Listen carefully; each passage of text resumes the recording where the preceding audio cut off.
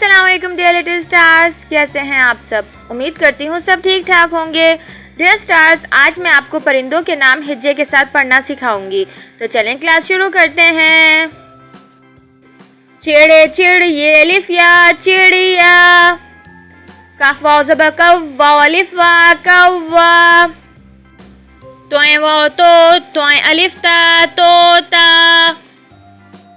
काफ ज़बर का बे वाव पेश बू कबूतर तर कबूतर, चे ची लाम साकिन चील, बे अलिफ बा जे साकिन बाज, काफा को हमजा लाम जेरिल कोयल।